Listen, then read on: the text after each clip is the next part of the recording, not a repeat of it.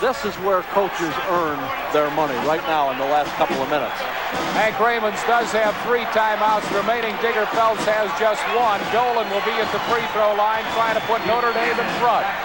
Dolan is 73% free throw shooter. Jim Dolan, a 6'8" freshman from Point Pleasant, New Jersey. No, but Joe Buchanan the rebound for Notre Dame. Little Joe Buchanan coming up with the board. Boy, that's a big rebound. How people in that second lane ever get them, that's because they don't squeeze them in. And that young man, as you know, Harry, in some of the other games we've done, has gotten some big rebounds. We are tied at 57 with 37 seconds left.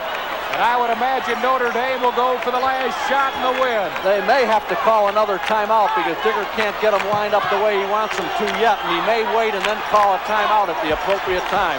23 seconds and counting, tied at 57. There's no delay of game yet, and if the defense has to come out, it's their responsibility.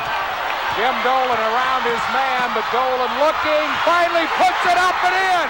And excuse me, shot by Dolan. Marquette calls time. 6 seconds remaining.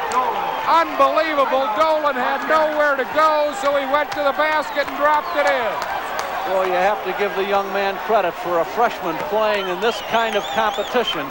It's one thing for Joseph Price and for Barr. Let's take a look at it. There it is, and boy, he put it off the glass.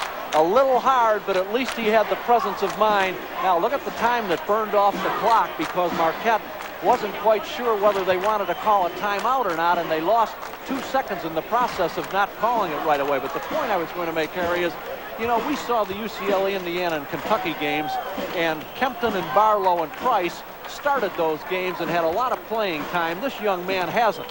So to come into this kind of a situation, pressure that way, my hat is off to him. Any youngster, not only Jimmy Dolan. Jim Dolan has made the last 5 points. He has only 7 points in the game. I didn't even realize it. And the last 5 points to put Notre Dame up by 2, 6 seconds left. Now Digger Phelps devising his defensive strategy. Hank Raymond's probably will want to get the ball in the hands of Doc Rivers. Well, he has the hot hand right now, but that's the good thing about a team like Marquette that has 5 people capable of scoring in double figures. You've got a Slunt, you've got a Murata, you've got a Reason. I don't know if they're all in. We'll look and see when they come out. But Doc Rivers especially is a great one-on-one player and has such great acrobatic ability around the basket that Notre Dame won't want to foul so that they avoid the three-point play. And he has them in. Murata's in. And Reason did foul out, didn't he? I'm sorry. And Slunt is in, and so is DJ Johnson. DJ Johnson and Mandy Johnson. 6 seconds showing on the clock. Marquette with the basketball. Notre Dame a 2-point lead. Doc Rivers the tie. No! And Notre Dame has upset the Marquette Warriors 59 to 57. What a great ball game here at the Mecca in Milwaukee, Wisconsin. Along with Jim Gibbons, Harry Callis. So long from the Mecca in Milwaukee. Again, the final score, Notre Dame 59, Marquette 57.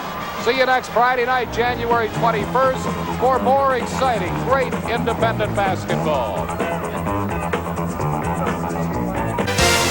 ESPN Classic welcomes you to the following presentation of the National Football League.